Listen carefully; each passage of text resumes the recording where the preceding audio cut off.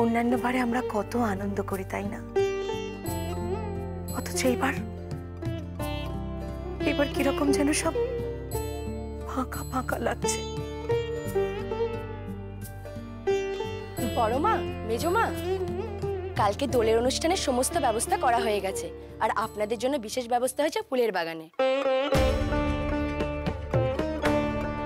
হরেক রকমের ব্যবস্থা করা হয়েছে, গোলাপের পাপড়ি, বেলফুলের সুগন্ধি আর নানা রকমের ফুল।